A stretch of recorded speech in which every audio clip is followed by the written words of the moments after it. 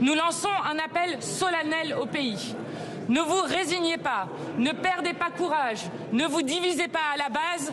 Nous lançons un appel solennel à la résistance populaire et parlementaire pour continuer de lutter contre ces budgets cruels, avec des retraités qui vont voir leur pension de retraite baisser pour 4 années de sous-indexation des pensions de retraite, à celles et ceux qui n'arrivent déjà plus à se soigner avec 13 milliards de coupes dans la sécurité sociale, le doublement des franchises médicales, mais aussi les attaques contre les personnes qui ont des maladies chroniques, aux personnes qui perçoivent les APL, qui vont voir leur APL baisser là aussi, voire supprimer pour les étudiants étrangers, aux personnes qui vont voir leur impôt sur le revenu augmenter, ou encore pour les 5 milliards de coupes qu'il y aurait à la fois pour les communes et pour les collectivités.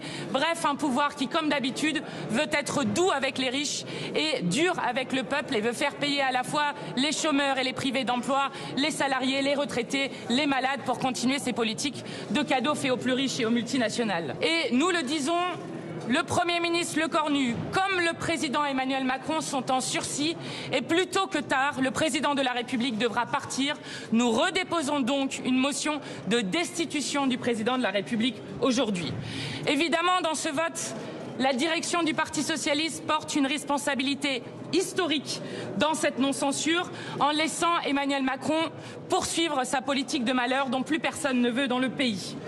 Je le dis là aussi solennellement aux militants et aux électeurs du Parti socialiste qui, depuis plusieurs jours, ont dit leur dégoût de voir la direction du Parti socialiste rompre avec le programme du nouveau Front populaire sur lequel ils ont été élus.